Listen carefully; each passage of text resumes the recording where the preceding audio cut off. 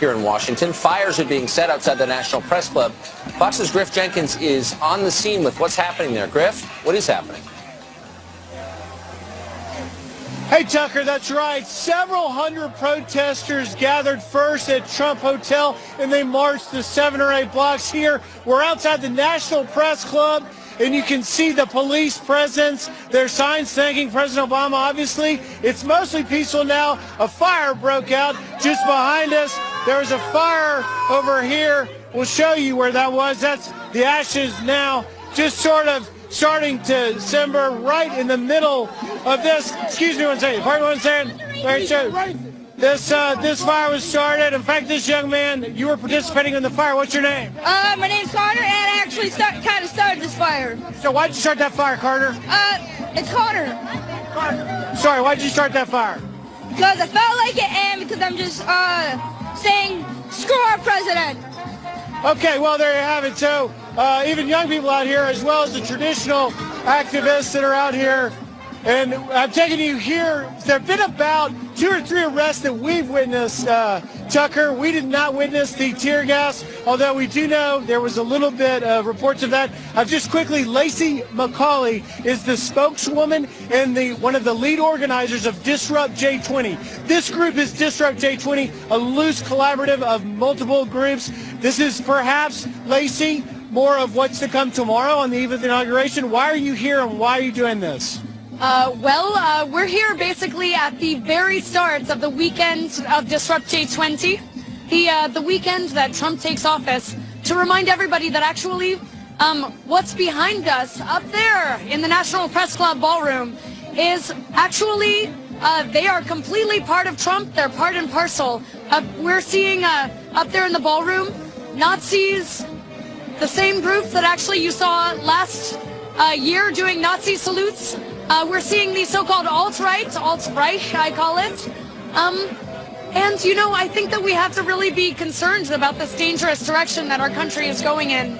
Let me ask you, Lacey, and you may hear Tucker over our children shouting, booing. They're booing the people going to the ball. Lacey, what about the peaceful transition of power, regardless who has won? Donald Trump has won the election, but you seem to be trying to resist it. Quickly, in 10 seconds, why?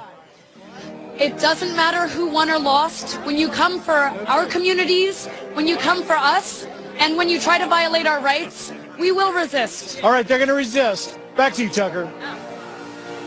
Still can't believe you interviewed a little kid who set a fire. I don't know if that was real or not, but that was horrifying. Griff, thanks. Well, coming up, what should we expect the Trump administration to do on its very first day? They promised a lot, maybe more than you remember. Charles Krauthammer remembers, and he joins us next. We're at the mall providing nonstop coverage of the inauguration in a little more than 12 hours. We'll be right back. Your brain changed.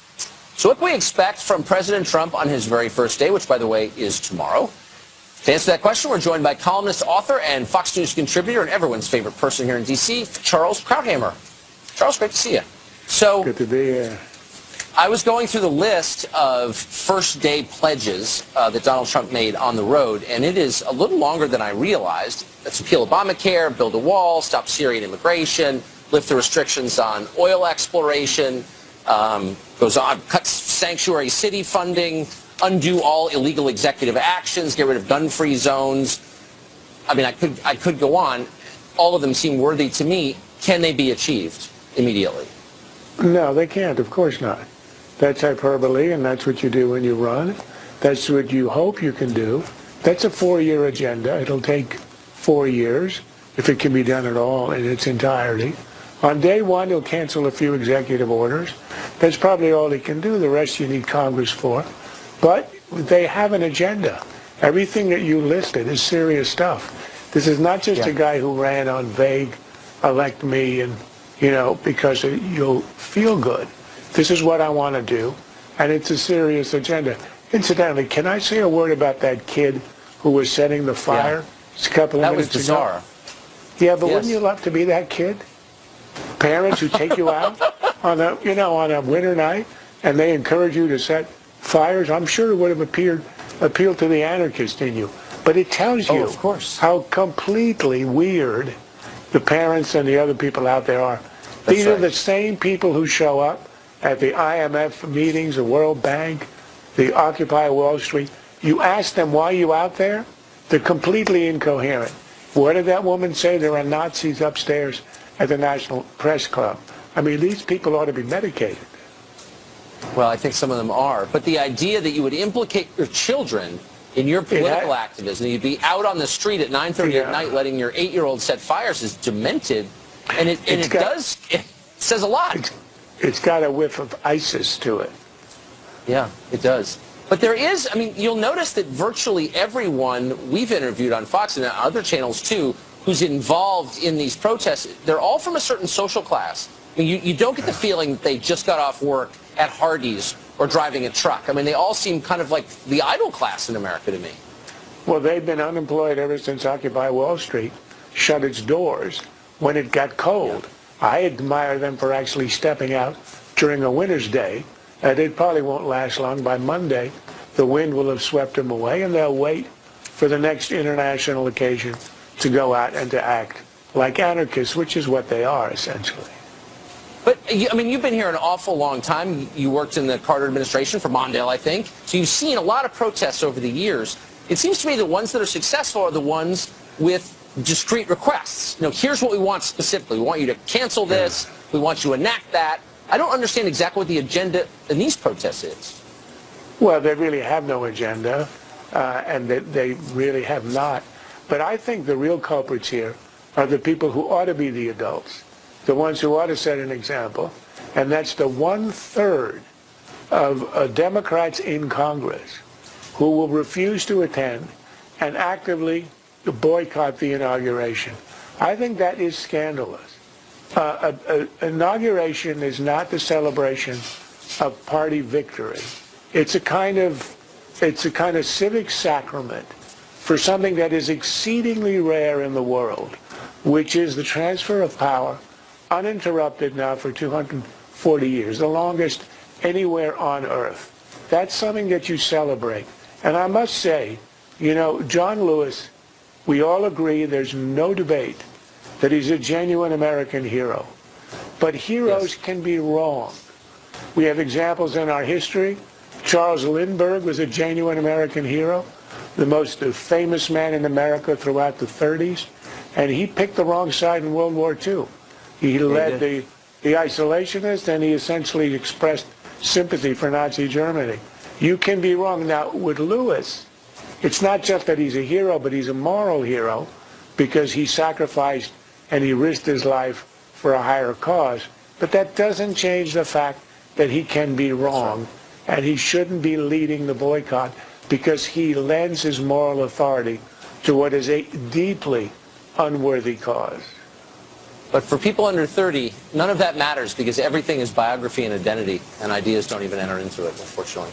Charles, I appreciate that was really a succinct analysis and smart. Thank you. My pleasure. Great to be with you. Thanks.